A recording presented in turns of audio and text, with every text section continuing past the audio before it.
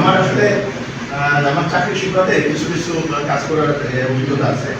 যেমন মনে করেন যে ফেরিটা হয় আমাদের মুখ্যমন্ত্রী ঘাট থেকে খোলা ফেরি ব্যাপারে আমার অভিজ্ঞতা আছে। তারপরে ঢাকা মেট্রো লঞ্চ ঘাট লঞ্চ লাইন কিন্তু একটা আমরা কাজ করার অভিজ্ঞতা আছে। এইখানে আমি ভবিষ্যতে তাহলে এইটা ঘোরা পরিস্থিতি আছে। আরেকটা আমাদের ডেভেলপমেন্ট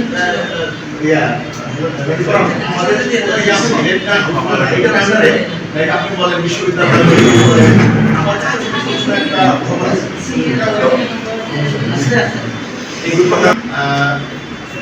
আমাদের এখানে একটা জাপান গভর্নমেন্টের এখন এবং এটা আমার গত মাননীয় প্রধানমন্ত্রী আমার মনে করে যে উনি বরিশালে নির্বাচনী ভাষণ দিচ্ছেন, উনি ওখানে কথা বলছেন। কিন্তু আমি এক সোশ্যাল মিডিয়া তরফে জানতে পারলাম বিসিআইসি অ্যাজ ওয়েল এজ বর্তমান যে আমাদের মন্ত্রী আমাদের শিল্পমন্ত্রী উনি ব্যাপারটা জানেন না, না যেরকম বলছে না এরকম। অন্যদিকে আমি আরেকটা জাপান এমবেসির সাথে খবর নিয়ে জানলাম জাপান এমবেসি এটার ব্যাপারে অলরেডি করেছে, প্রাক্কলন করেছে, সব করছে, তারা এটা তো রেডি, টাকা নিয়েও রেডি।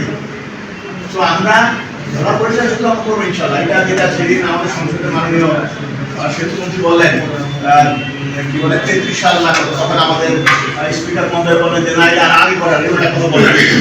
তো 33 সাল অনেক। আমরা বিশ্ব আরো ছোট ছোট প্রজেক্ট আছে লাইক মেডিকেল কলেজ, লাইক কারখানা, তারপর ইউনিভার্সিটি, এইগুলোর জন্য আমার মনে হয় আপনারা একটা উন্নয়ন কমিটি বা যে নামই ডাকেন না কেন এইটা আপনার এইটা একটা চিন্তা করতে পারেন। সোজা তারা সেতু করবে, ইউনিয়ন এগুলো পাস করা হয়েছে। কারণ এই সেতু হইলে আমাদের গ্যাস ঘোরার বাইরে আসতে পারবে। যদিও সরকার 2033 বলছে, কিন্তু শুরু হইলে সামনে বছর আল্লাহ 33 হবে, দেরি হইতে পারে, বাজেটের অনেক কিছু আছে। তো আমরা যেসব ছোট ছোট ছোট লাইক মেডিকেল কলেজ যেটা সরকার সবকিছ করেছে, এই জিনিসটা জানিয়েছিলাম আমাদের সাত কারখানা করা এমন জরুরি।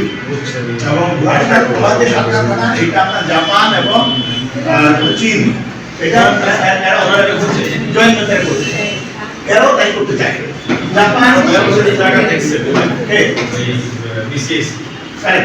জাপান এমবেসি ইজ রেডি, বা সেখানে মন্ত্রীকে একটা কথা বলাতে তারা একটু ঢুকে গেছে, সমস্যা নেই, তারপর ধরে ধরে ফোন করেছি। তো এটা নিয়ে আমি কাজ করছি আমার লেভেলে, ঠিক আছে না?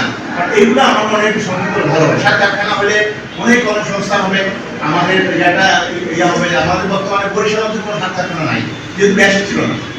এগুলো সব আমাদের ক্লাসগুলোতে চট্টগ্রাম থেকে ঘোড়াশাল থেকে যমুনা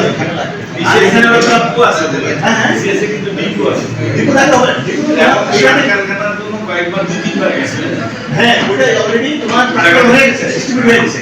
বাট এইগুলি সরকার আমাদের পাশে করতে আমার বক্তব্য এখানে জাপান জায়গা অর্থাৎ Japan embassy red to give money, আমাদেরকে পাশে করতে পারে।